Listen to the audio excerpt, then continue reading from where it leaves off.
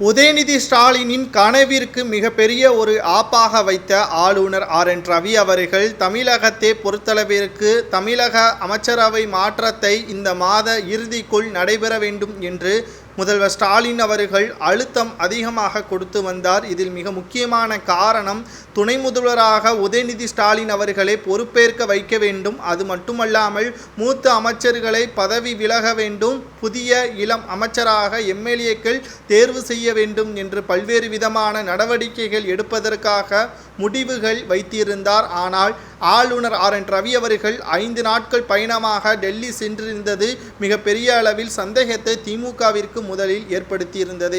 காரணம், கள்ளக்குறிச்சியில் கள்ளச்சாராயம் குடித்து 65 நபர்கள் உயிரிழப்பில் இருந்து ஆம்ஸ்ட்ராங்கின் படுகொலை, முக்கிய குற்றவாளியாக இருந்த திருவெங்கடம் என்கவுண்டர் போன்ற ஒட்டுமொத்தமாக தமிழகத்தில் சட்ட ஒழுங்கு சீர்கேடு மிகப்பெரிய அளவில் பேசுமுருளாக இருக்கக்கூடிய நிலையில் தமிழகத்தில் தனி கவனம் செலுத்த வேண்டும் என்று உள்துறை அமைச்சரிடமும் பாதுகாப்புத்துறை அமைச்சரிடமும் தெரிவித்திருந்தார் ஆளுநர் RN ரவி அவர்கள்.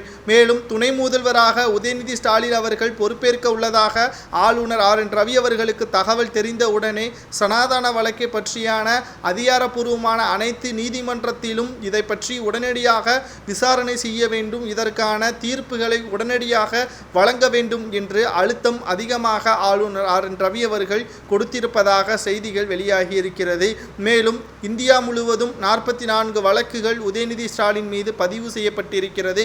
இந்த வழக்கின் அனைத்து தீர்ப்புகள் வெளியான பிறகுதான் உதயநிதி ஸ்டாலின் அவர்கள் துணை முதல்வராக பொறுப்பேற்பார் என்ற செய்திகளும் வெளியாகியிருக்கிறது. காரணம், துணை முதல்வராக பொறுப்பேற்க ஆரம்பித்து விட்டால், பதவி பிரமாணம் செய்து முடித்து விட்டால் அடுத்த கணமே சனாதன வழக்கு மட்டுமல்லாமல் ஊழல் வழக்கிலும் அவரது பெயர் இருக்கிறது. இந்த 2 வழக்கிலும் அவர் நீதிமன்றத்தின் இறுதி தீர்ப்பு வெளியாகும் பட்சத்தில் அவரது பதவியும் பறிபோகும். இதனால் திமுகவின் அரசிற்கு மேலும் ஒரு மிகப்பெரிய ஒரு பாதிப்பாக மாறிவிடும். 2026 சட்டமன்ற தேர்தலிலும் மிகப்பெரிய ஒரு சிக்கலாக மாறிவிடும் என்ற அச்சத்தின் காரணமாகத்தான் தற்பொழுது இது முற்றிலுமாக வதந்தி என்று ஸ்டாலின் அவர்களை கூறும் விதமாக இந்த செய்தி அமைந்திருக்கிறது. ஆளுநர் RN ரவி அவர்களது பதவி இந்த மாதம் முடிவடையக்கூடிய நிலையில் அவரது பதவி எப்படியும் முடிவடைந்துவிடும். அதற்கு பிறகு துணை முதல்வராக உதயநிதி ஸ்டாலின் அவர்களை அறிவிக்கலாம் என்று ஸ்டாலின் அவர்கள் மனக்கணக்கு போட்டு வைத்திருந்தார். ஆனால் மத்திய அரசு கூடுதலாக 2 ஆண்டுகள்